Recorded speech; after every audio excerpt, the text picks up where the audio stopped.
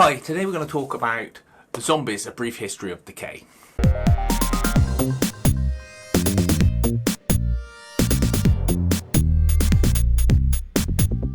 Zombies, A Brief History of Decay is a book from Insight Comics. It is a translation of a French graphic novel. It's in the European comic book format, so it's wider than your normal sort of hardcovers, deluxe editions, but it's got an excellent binding. It is a story that follows a survivor after a zombie outbreak and apocalypse, and he makes his way across country, meeting up with a young boy and eventually joining up with a group of survivors.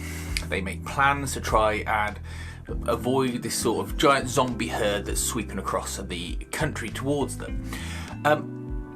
Along the way, you also find out that there are sort of feral children living in cities and other groups of survivors that have found scientific ways to redirect the zombies, let's say. They use ultrasonics to sort of move them around the country, but by doing that they protected their area and then created a danger for everyone else in the country because they're forcing all the zombies into this big herd. Now, this is obviously very well trodden ground. You've got well-known books like the Walking Dead series. This, I think, is a great read though. It's got action, adventure, it covers sort of pseudo-scientific elements for zombie apocalypses, and people, most importantly, make rational decisions. You feel that the decisions people are making are reasonable and what you might do, let's say, if you were in the same situation. Also, what you get is other people in this that aren't all just out to kill you. In the Walking Dead series, it always feels like as soon as your main group meets someone else, they're going to kill you. I want what you've got, I'm going to kill you. Never do they realise that by working together, you probably stand a better chance surviving this problem.